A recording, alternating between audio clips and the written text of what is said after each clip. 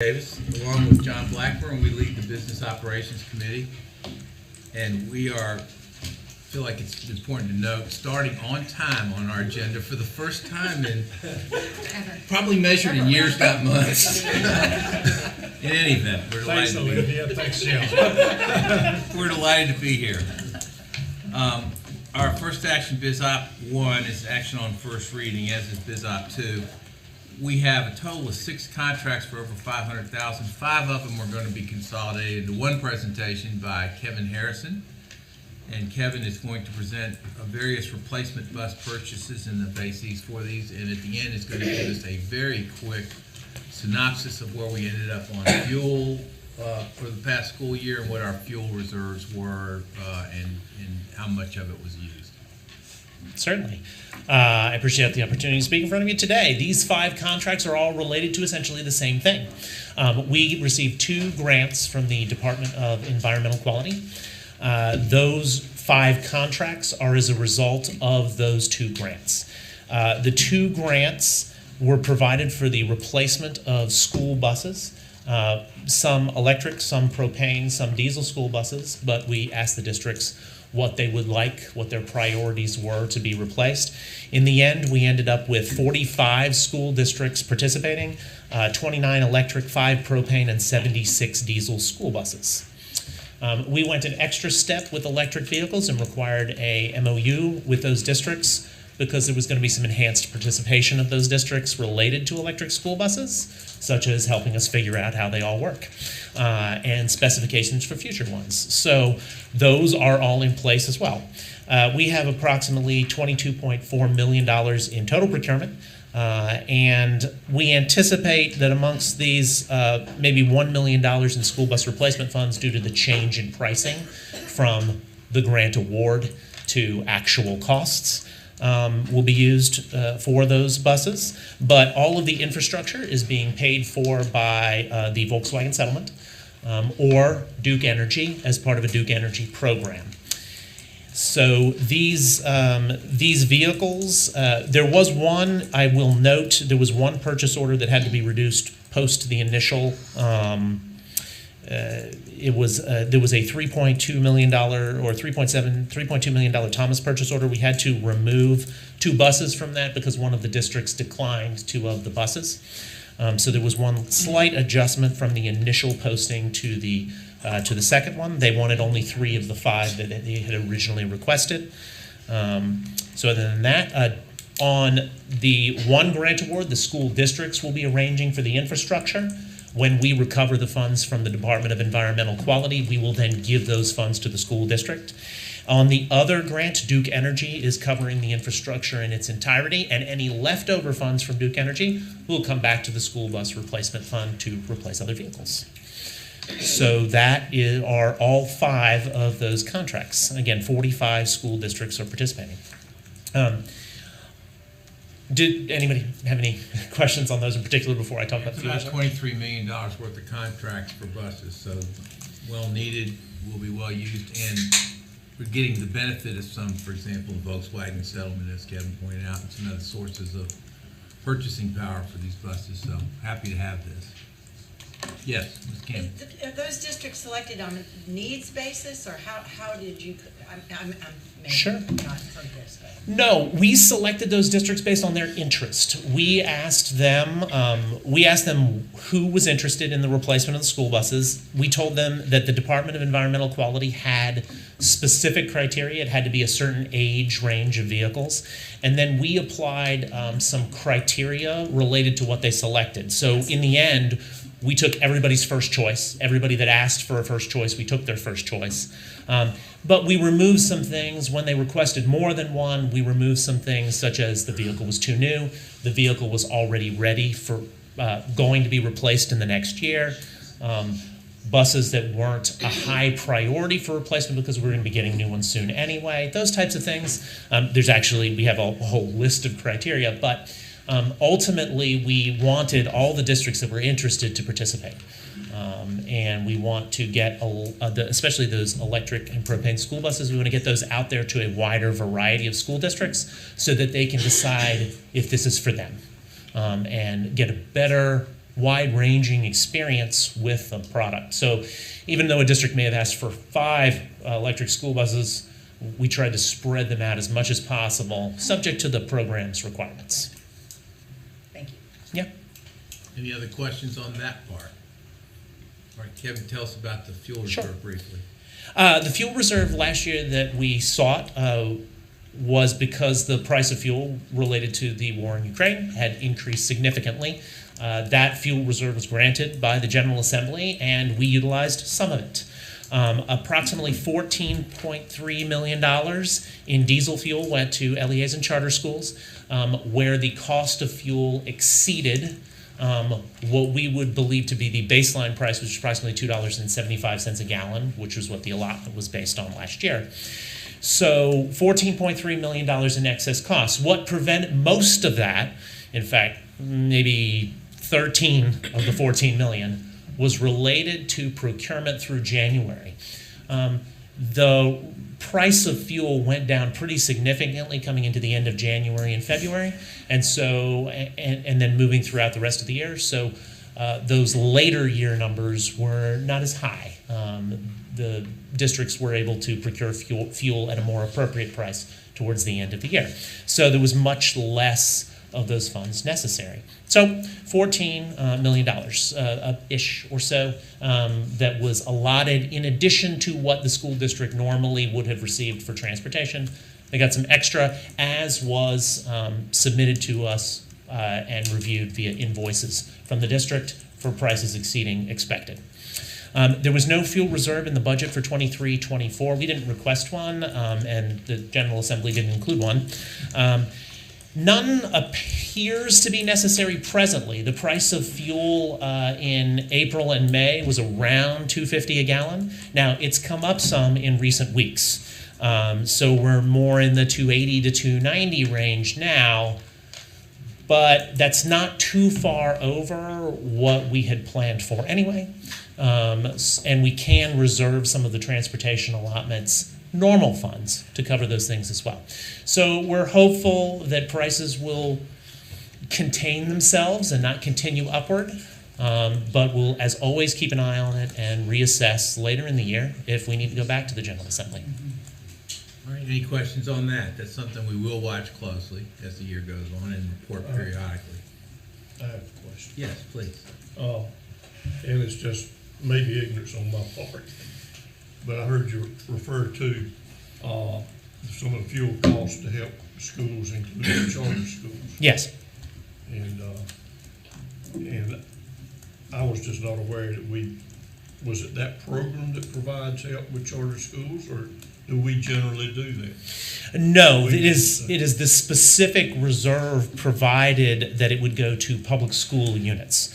So when the reserve was created, the $32 million reserve was created by the General Assembly, it referred to them as public school units, which would include charter schools. So when we looked at the language as it was written and said who was included, we said, well, we have to find a way for charter schools to request this funding as well.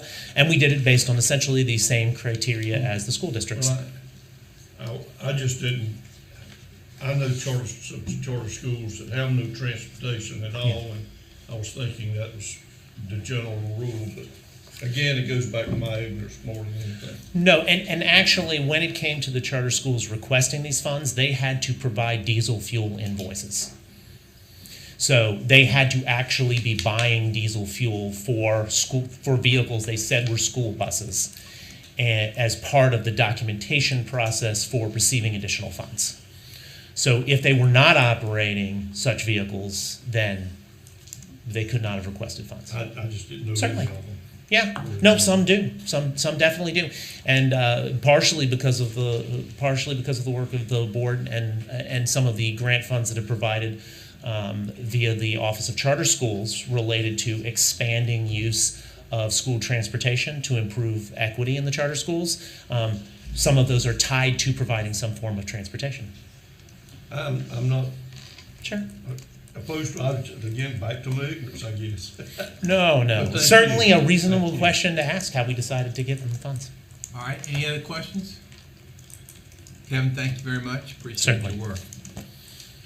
We have one more contract. Dr. Derek Jordan is going to present Governor Moorhead School medical exemption contracts. There are two of those, one for physical therapy and one for speech therapy services. Dr. Jordan. Thank you very much, Mr. Chairman. As you know, the Governor Moorhead School for the Blind serves students who are visually impaired or blind, is located in Raleigh, and serves students across the state. These related services are part of the student's IEP, and Governor Moorhead, like our other two residential schools, is unique in that all of the students who attend all have IEPs, and the provisions in the IEPs are required to ensure a free and appropriate public education. These contracts represent collapse contracts that span 3 years. Any questions or comments? These are very much needed services, obviously, and an important part of the overall Governor Moorhead program. Not seeing any. Thank you, Dr. Jordan. Thank you. We now move to Biz Op 2, which is a policy amendment for our allotment policy manual. These are focused on ESSER 2, various PRCs, and also various state PRCs. This is sort of a miscellaneous revision, if you will, to several policies. And so Jennifer Bennett's here to present that for us. Good afternoon, everybody. Yes, we just have some miscellaneous policy amendments that will help ensure that if and when we get a state budget passed, we're able to expedite our allocations out. The first one is related to the parental leave that passed recently, and it provides us with $10 million to provide substitute teachers for the instructional staff. So this is the policy amendment.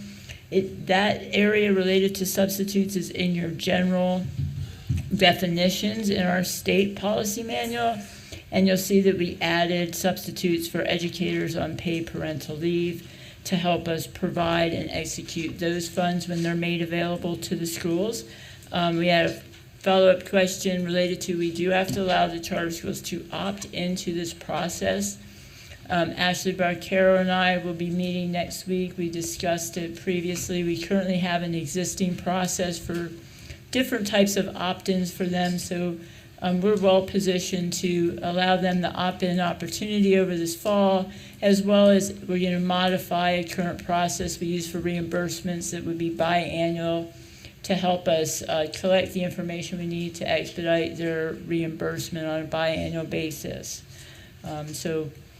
Should the policy pass tonight, then next week we'll be able to get those forms out and our communication going to the charter schools. And just as you pause for a moment, that relates to the next two items we're going to hear about under action. The $10 million substitute fees for the Parental Leave Act. And Correct. the status of whether charter schools have the option of being in or out of that. So that's what Correct. that funding will relate to.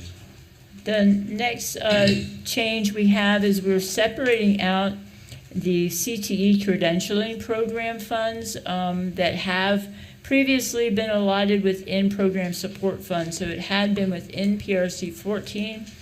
We're separating out and giving it its new PRC. It started out as a very modest test platform pilot, if you will, over several years. The funding has now grown to $15.8 million.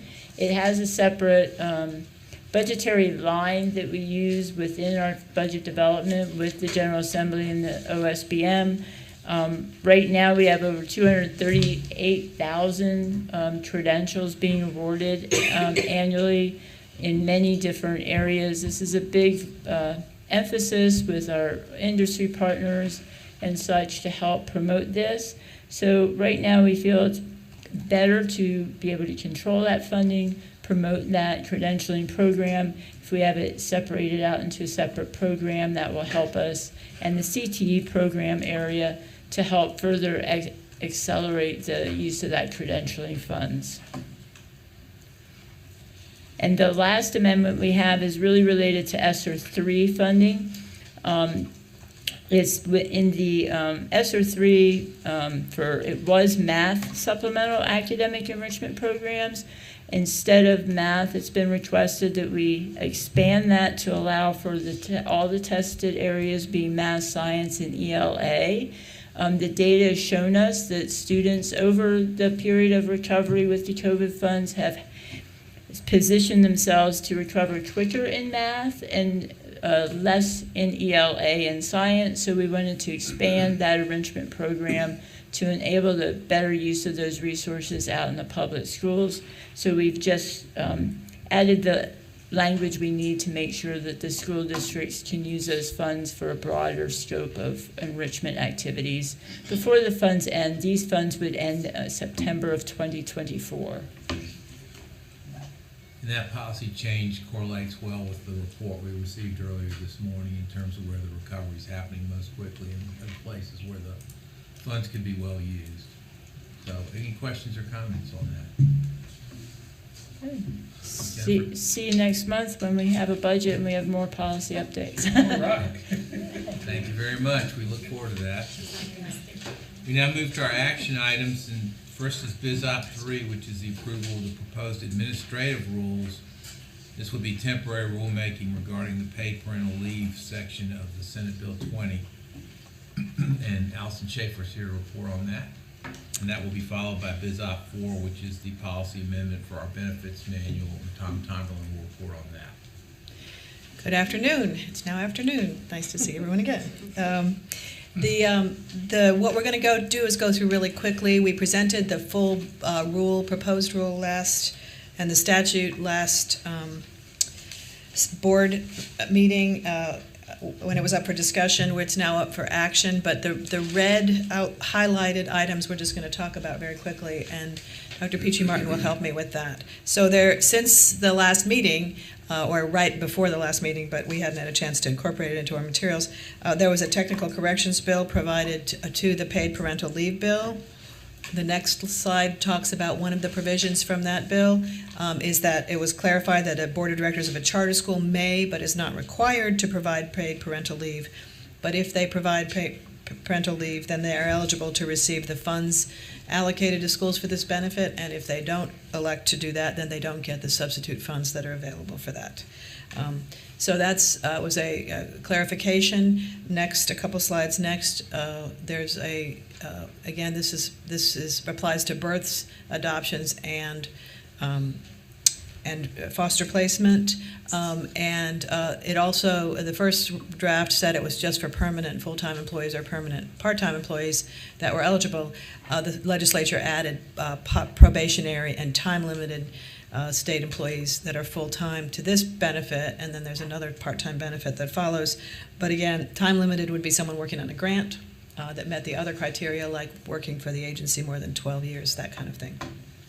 The next slide has basically probationary, part-time employees, it's same thing, probationary and time limit was added, and also it was prorated and less weeks, and that was basically getting hit twice by those people that were part-time. So it's prorated to the amount, if they work 20 hours a week, they get 8 weeks of pay at their prorated amount, so that made it more equitable. So 8 weeks still after giving birth, and 4 weeks for the other parents that qualify. The next slide with red on it is that the State Human Resources was clearly required to provide rules and allowed to provide rules for a minimum amount of service. That was not in the original legislation, and define how many times that this benefit can be used within a 12-month period, and also how leave is to be provided in the event of a miscarriage or death of a child during birth. So those are new things that will be covered. Next slide. State Human Resources also has interpreted the concurrent with other laws to be concurrent with the Federal Family Medical Leave Act, which just is an entitlement to up to 12 weeks off, not adding it on top of it, which would be up to 20 weeks off. So that's consistent with their rules, and we're required to adopt rules that are consistent with their rules. The next slide with red on it is slide number 14, if that helps. is the rule about the allocation for the fund, the $10 million is supposed to be used to fund substitute teachers. That wasn't clear in the initial law, so we've added that.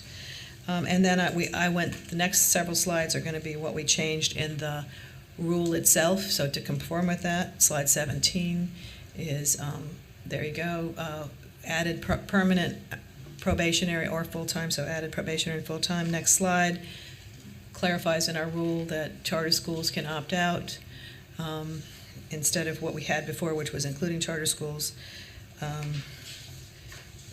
Go to slide, go all the way to the back, slide 26. The last and probably most important thing is clarification of when a qualifying event happens when you're eligible.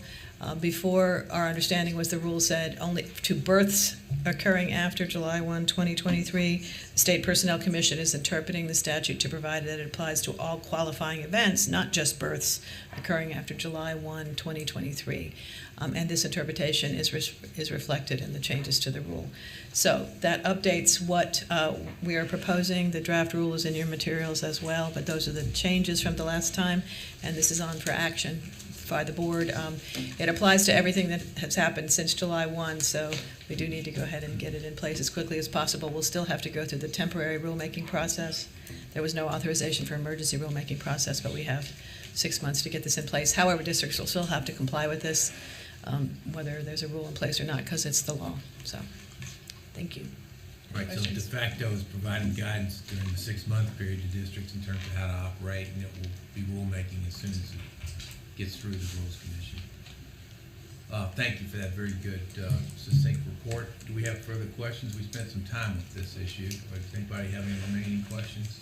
Just a quick question. Please. If you would just take a minute or two to talk about a qualifying event, what does that mean? A qualifying event is a birth or an adoption or becoming a foster parent. So you're entitled to leave depending on whether you're the birthing parent or you are otherwise qualified as becoming a parent in any of those situations. Okay? Is that it? Any other questions? Thank you very much. Thank you. Dr. Tomlin, Biz Op 4, the policy amendment for the employee benefits and employee policies. Which again, thank you. In the past, you've already informed us about this, but so any further revisions you've taken on given the technical amendments? Yes, so so this is largely redundant to what you've just heard, but we just wanted to clarify with you how this will appear in the policy manual. Last time I covered the current leave offerings for folks who have children, and I will not review that unless there are specific questions or requests to do so, and we'll just focus on the red lines that update the policy manual. So the eligibility in the benefits manual, we do include time-limited and probationary employees are eligible for paid parental leave, as reflected in the technical corrections bill that Ms. Schaefer reviewed. I do want to point out that there are, when we're talking about, we do define what 12 months of service means in this policy to help our PSUs understand. There are some conditions around that. And of course, I just do want to reiterate to all board members so everyone understands this will be a particular point of contention at this time of year. As teachers are transferring between districts, each PSU is a separate employer for meeting the 12-month employment requirement. So many of your constituents may raise concerns with you, but that is the way we have to interpret the law from OSHR. And then leave usage. Paid parental leave may be used only once by an eligible employee within a rolling 12-month period. And so really this has to do with the question of multiple placements for foster care especially, or even a multiple adoption within a given year, that the employer would only be eligible for the 8 weeks one time within that 12-month period.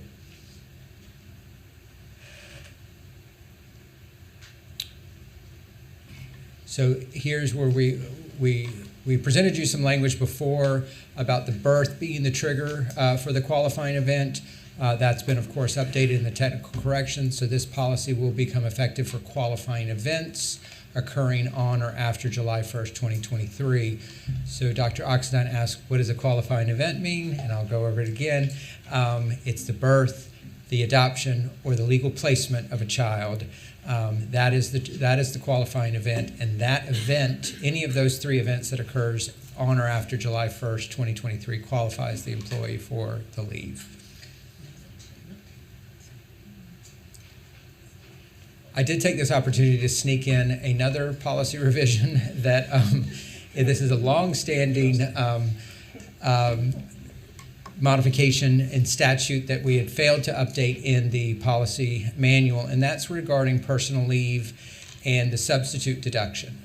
So teachers using personal leave on days that are not excluded from that use shall receive their full salary as long as the teacher provides a reason for the request.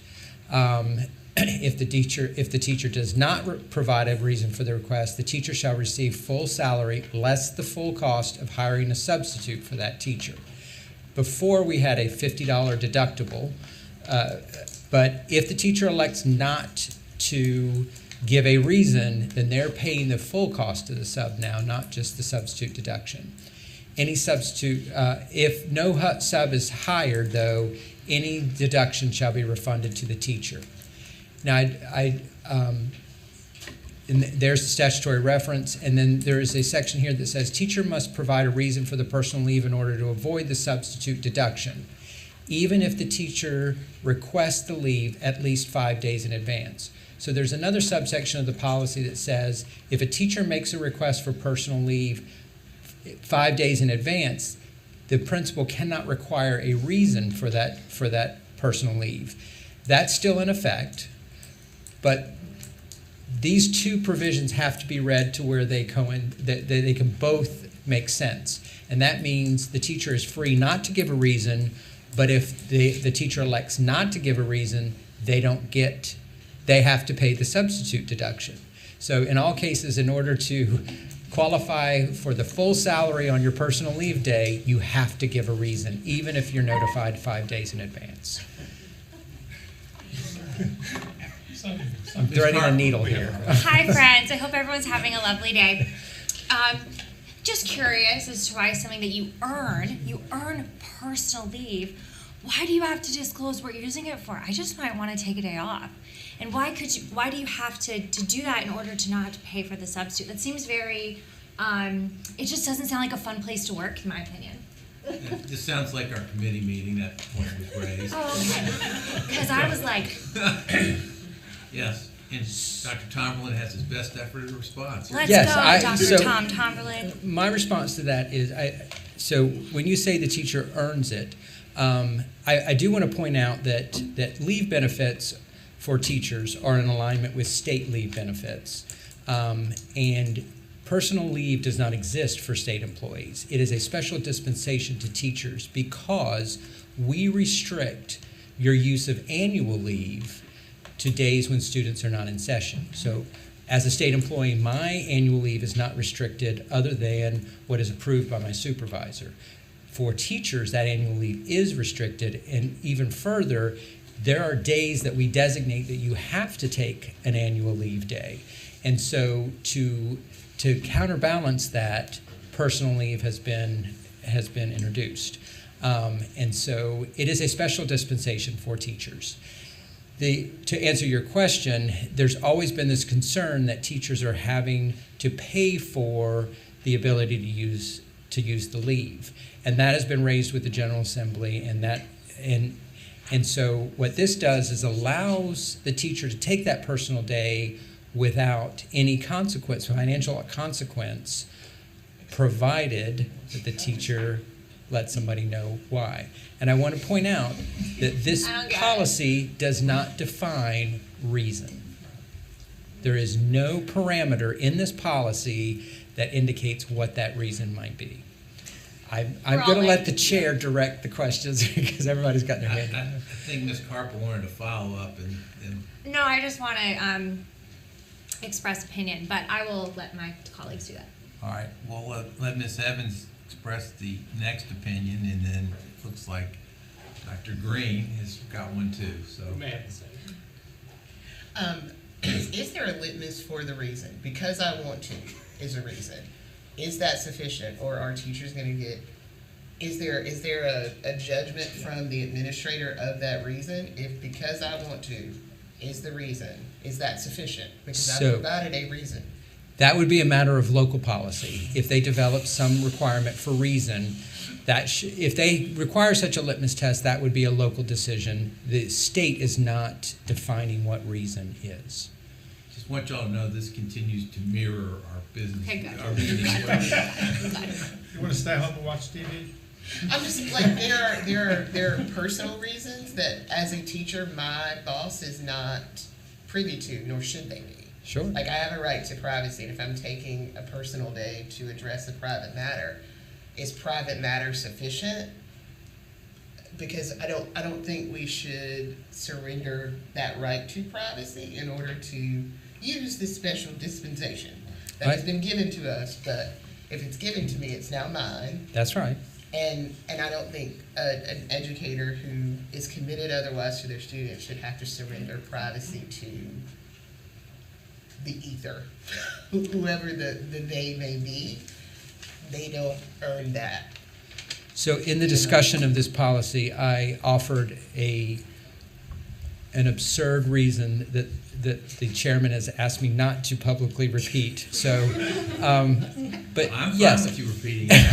I see your point, and again, I think that has to be a local policy decision. The local board needs to decide if they're going to apply some definition to what constitutes a reason, and I would assume that they mean a valid reason, because Dr. Tomlin, here's probably the question that cuts through these questions, which is, does this board have any authority to assign any litmus test or guideline for the reason?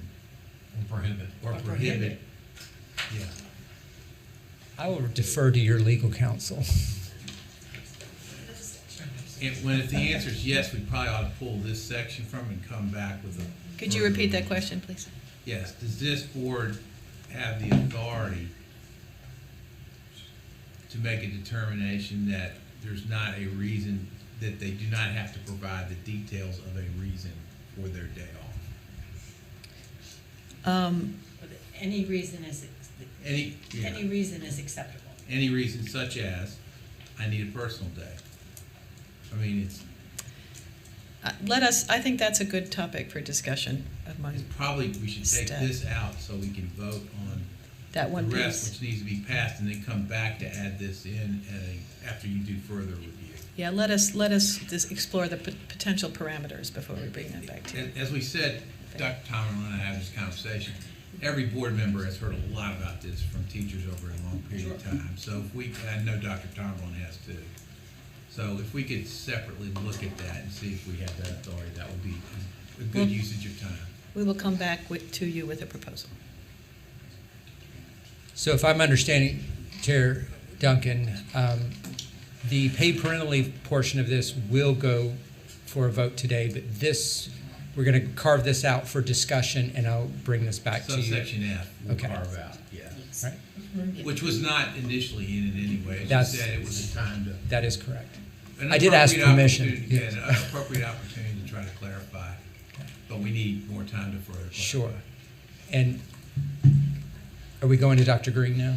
I had the same questions. Okay. Anybody else from our advisors? Very helpful comments, thank you. Yeah. You know, Mr. Chairman, just quickly, just a comment. I'm glad to hear it's gonna be more. I personally know this has been a 20-year question. Yeah. It's coming, sound like me, it's coming to a final. This has been, I know 20 years, the same, what's personal, because it was given to me, and now I got to divulge it to you. I look forward to that being there. And Dr. Phipps, I don't want to put you on the spot, but do you have, you're also an employee advisor, do you have any comments? I would be inclined to have as low a standard as we could, to be able to honor the teachers who I feel like have earned that. Thank you. And I do want to point out, Vice Chair Duncan, that the way this is written was to allow for the lowest Yeah. standard of reason possible. Chair Davis. If I could add, regardless of why it was written, we're in a battle for talent. We need the best talent we can get in front of our children in the classroom. And we're competing with every other industry and every other profession, not just sister states. And I know, I can speak from my personal experience, I don't have to say why I want to take a PTO, as our vernacular is. And I think our teachers should have this, they're professionals. They should have the same professional respect and courtesy that is preponderance throughout the other professions within our industry. And I imagine most in this room feel the same way. So that's not directed at you, Dr. Tomberlin. Nope, take it It's personally. frankly directed at our representatives and senators in the General Assembly. Thanks. All right, so this small section F will come back to us next month after further review and study, and but the remainder of the presentation that Dr. Tomberlin's made is very important to go ahead and pass now, which relates specifically to the leave policy, the parental leave policy. Thank you. And Dr. Tomlin, thank you very much for the presentation and the thoughtful way you went through it. Any other questions? All right. We also have a update on contracts, both executed and planned. I have not heard any questions on those, but I pause in case there are any. Chair, Yes, Vice Chair, Dr. Duncan, I Archibald. do, I have a quick question on, it's under the category of executed. And if I get to the fourth contract, the number is PR 126-15770. And it is, the contractor is UNC Chapel Hill. I think the managing division or office is the Office of Early Learning, initiating division, I should say. This may be, I don't know, maybe I'm reading this incorrectly, I stand to be corrected, but it looks like it's about 197,000 roughly. But it has a contract start date of June 30, 2023, and a contract end date of July 31st, 2023. It's 1 month? I don't know the answer to that question. It's either a typo on the end date, or there Well, it are could times be. when there are 1 month contracts to get it onto a I'd different just kind of like a schedule, little and I don't know the answer. clarification. It is, like I say, it's about 197. Can we, if we can, It's under, it's called special, it's out of the category, fund source special fund. Dr. Oxendine, if you will let us answer that question tomorrow when we go through our committee reports, we will get that information for you. Right, so, that would be great. And then if I could also add, I would like a little bit of, if it's possible, I'd like a little bit of information about what is the substance. What is the substance of the grant? I mean, what is it aimed to do? It's with UNC Prime Care School Behavioral Health Training Program. Just a thumbnail on that would be Okay. good. Very good. Thank you. Anytime anyone has a question on these, to the extent that you know beforehand, please let us know. That way we can have Well, somebody right in the room. I to certainly respond. will. I just Yeah. noticed it Yeah, no, that's fine. during lunch. Very good. And so any other questions on executed or planned contracts? Because we're glad to have them, we want to have them if there are any. Yeah. All right, not hearing any, let's go then. The last thing is the requested update on the monthly budget report, which we've all received, and Alexis Schaus is here, should there be any questions about that? Are there any questions on the monthly budget report? All right, not hearing any, we are completed with the BizOp committee report. Thank you, Mr. Chairman.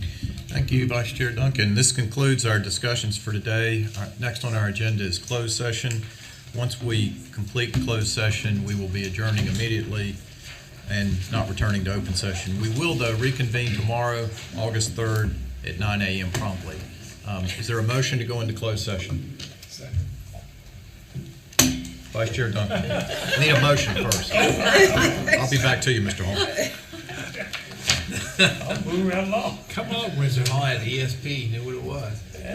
I move that we go into closed session pursuant to North Carolina General Statute, Section 143-318.11, A, 1, 3, and 6, and also to prevent the disclosure of information that is privileged or confidential pursuant to NC General Statute, Sections 115C-319 and 321, and Sections 132-6.1C et sec. To consider the qualifications, competence, performance, or condition of appointment of public officers or employees or prospective public officers or employees, and to consult with our attorneys in order to preserve the attorney-client privilege between the attorneys and the public body, including a discussion of the following pending cases: Cooper versus North Carolina Department of Public Instruction, Phillips versus NC DPI, Brown versus NC DPI, Morris versus NC DPI, Locklear versus Diggs, Classical Charter Schools versus NC DPI, and Hope County Board of Education versus the State of North Carolina. Motion by Vice Chair Duncan, second by Mr. Hall. Dr. Petrie Martin. Dr. Oxendine. Yes. Mrs. Kamnitz. Yes. Mr. Keenan. Yes. Mr. Hall. Yes. Dr. Tipton Rogers. Mr. Blackburn. Yes. Dr. Ford. Treasurer Falwell. Lieutenant Governor Robinson. Vice Chair Duncan. Yes. Chair Davis. Yes. Motion carries. Let's be in closed session at 5 till 2.